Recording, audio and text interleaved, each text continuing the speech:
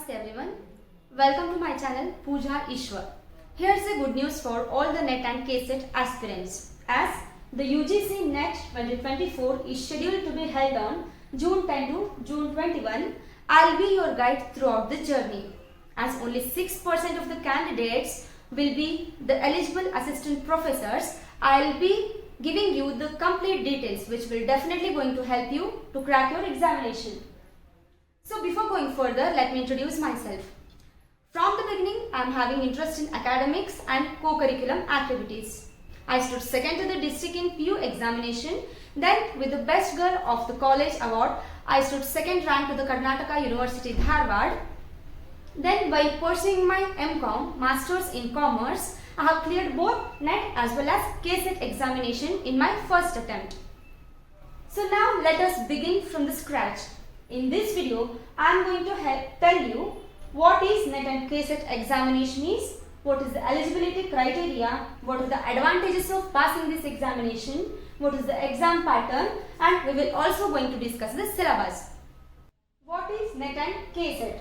NET, that is National Eligibility Test, and Karnataka State Eligibility Test are the competitive examinations. These are held to determine the eligibility of the candidates for the post of assistant professor and junior research fellowship.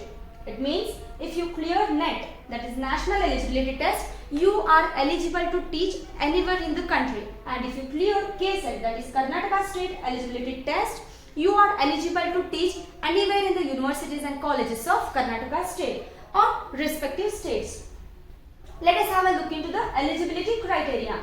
It means who all can write these examinations.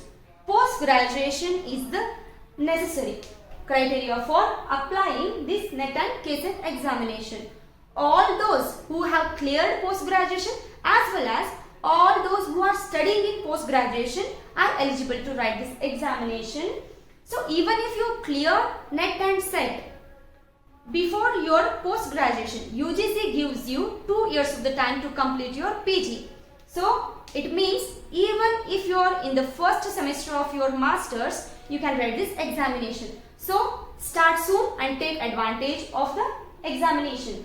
You have to score 55% in your post-graduation. Now let us have a look into the advantages. There are many advantages of clearing NET as well as KCET examination. So when compared to those candidates who didn't clear NET and KCET, you will definitely be having a weightage to your resume. Then if you clear JRF, that is Junior Research Fellowship, you can start your PhD and then you can attract so many scholarships and grants from many universities and colleges. You can attract higher salaries, that is you will be eligible for the UGC pay scale. So like this exam is having so many advantages. Then let us have a look into the exam pattern.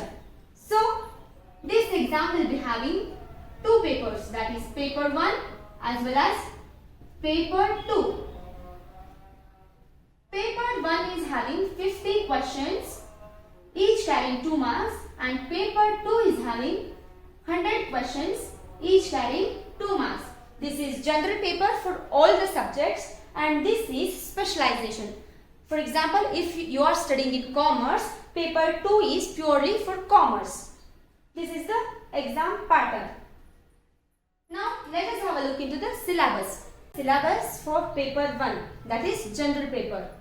Teaching aptitude, research aptitude, comprehension, communication, mathematical reasoning and aptitude, logical reasoning, data interpretation, information and communication technology, people and environment, higher education system. Your paper 1 will be consisting of all those 10 topics, that is 50 questions, each carrying 2 marks. 2. That is commerce paper consists of all these subjects: business environment and international business, accounting and auditing, business economics, business finance, business statistics and research methods, business management and human resource management, marketing management, legal aspects of business, income tax and corporate tax planning, banking and financial institutions. In this also, there are various subtopics which the candidates are expected to be familiar with.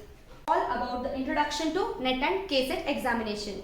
So in my further videos, I am going to tell you so many important things about the examinations, some tricks on how to avoid the confusion at examination, how to remember the things, how to read properly, how to make the notes, and we are going to actually discuss some important things and important problems which will going to help you throughout your examination till your exam date.